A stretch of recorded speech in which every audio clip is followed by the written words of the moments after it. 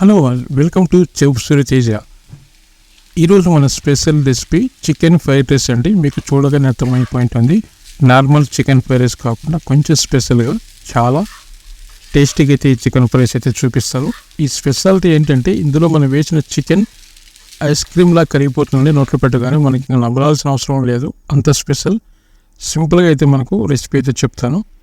సింపుల్గా మనం ఒక 300 గ్రాముల బోన్లెస్ చికెన్లోకి అల్లం వెల్లుల్లి, అలాగే సాల్ట్, ఒక స్పూను ధనియాల పొడి, తర్వాత ఒక స్పూను కారం పొడి, చివరిగా ఒక 2 స్పూన్లు అయితే కార్న్ఫ్లోర్ అయితే యాడ్ చేసుకొని చక్కగా వీటన్నిటిని బాగా మిక్స్ అయితే చేసుకోవాలి. సో ఇలా మనకు వీడియో చూపిస్తున్నట్టు ఇలా క్లియర్గా అయితే మనం మసాజ్ చేసుకొని ఇప్పుడు వేసామో లేదా అన్నట్టుగా కొంచెం రెడ్ కలర్ అయితే యాడ్ చేసుకోవాలి. ఇది అలంకారానికి తప్ప రుచికి ఏమాత్రం ఉపయోగపడదు. మీకు ఇష్టం లేకపోతే పూర్తిగా పక్కన పెట్టేయచ్చు. ఓకే, ఇలా తీసి మనం ప్లేట్లో పక్కన పెట్టుకున్నాం. ఇప్పుడు ఒక ప్యాన్లో చక్కగా ఒక 2 టేబుల్ స్పూన్లు అయితే ఆయిల్ వేసుకొని 2 ఎగ్స్ అండి బీట్ చేసినవి ఇందులో ఆమ్లెట్ లాగా అయితే వేసుకోవాలి. ఇప్పుడు మనం టేస్ట్ కోసం 1/2 స్పూను మిరియాల పొడి, తర్వాత సాల్ట్ అయితే యాడ్ చేసుకోవాలి. ఇవి ఆమ్లెట్ లాగా అయిన తర్వాత ఇలా మనం చిన్న చిన్న పీసెస్ లాగైతే కట్ చేసుకోవాలి.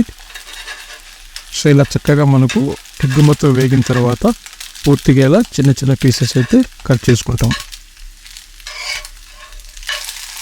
సో ఇలా వేగిన ఎగ్ని అయితే మనం ఒక ప్లేట్లోకి అయితే తీసి పక్కన పెట్టుకుందాం.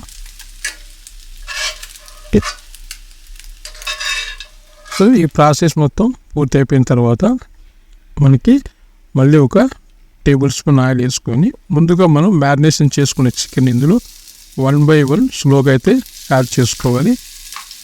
ఓకేనా, ఈ చికెన్ మనం అన్ని వైపులా బాగా కాలేటట్టు, లైక్ మీకు చికెన్ టిక్కా చేస్తాం కదా ఆ టైప్ అనమాట. ఇలా ప్యాన్ మీద మీడియం ఫ్లేమ్ పెట్టుకొని అన్ని వైపులా తిప్పుకుంటూ నెమ్మదిగా అయితే చికెన్ను కాల్చుకుంటూ చేయాలి. ఓకేనా, మనకి దాదాపు అండి ఒక 7 minutes అయితే అవుతుంది ఇలా వేయడానికి. పూర్తిగా మనకైతే ఇక్కడ చూడండి మెత్తగా అయితే బాగా ఉడికిపోయినాయి అనమాట. ఇదే అండి, మనకి ఇంకా నవ్వాల్సిన అవసరం లేదు, చాలా స్మూత్గా టేస్టీగా ఉంటాయి. మీరు ఒకసారి ట్రై చేయండి.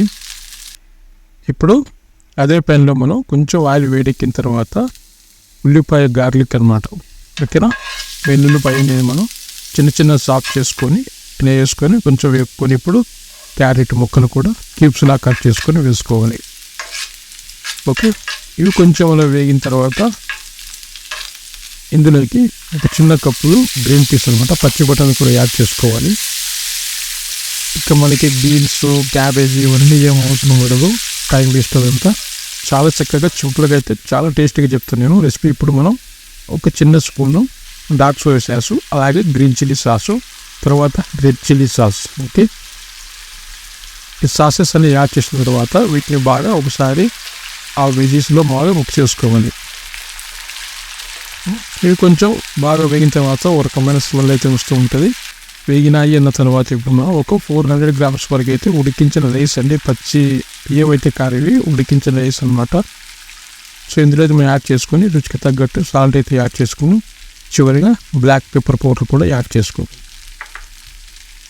ఓకే, సో ఇలా మనం ఈ గ్రీన్ పీస్ అలాగే క్యారెట్లోకి రైస్ను మీడియం ఫ్లేమ్ అయితే మంట పెట్టుకొని ఇలా నెమ్మదిగా అయితే కలుపుకోవాలి.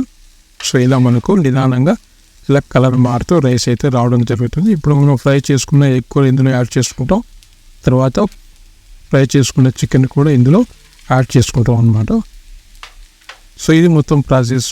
ఇవన్నీ వేసిన తర్వాత రైస్ను బాగా మనం మీడియం ఫ్లేమ్ మీద ఒక 5-6 నిమిషాలు అలా వేపుతూ ఉండాలి అన్నట్టు. ఓకే, మీడియం ఫ్లేమ్ మీద వేపుకోవాలి. మనకు మంట ఎక్కువ పెట్టుకుంటే ఆల్మోస్ట్ ఇవి వేగిన చికెన్ కాబట్టి మాడిపోయే అవకాశం ఉంటుంది. ఓకేనా, ఇలా ఒక 5-6 నిమిషాలు ఇలా మనం అలా కలుపుతూ ఉంటే మంచిగా రైస్ అయితే ఫ్రై అయిపోతాయి. సో ఇప్పుడు మనం కాసేపు అలా కొత్తిమీర చల్లుకుంటే గార్నిష్ కోసం చాలా చక్కగా ఉంటుంది.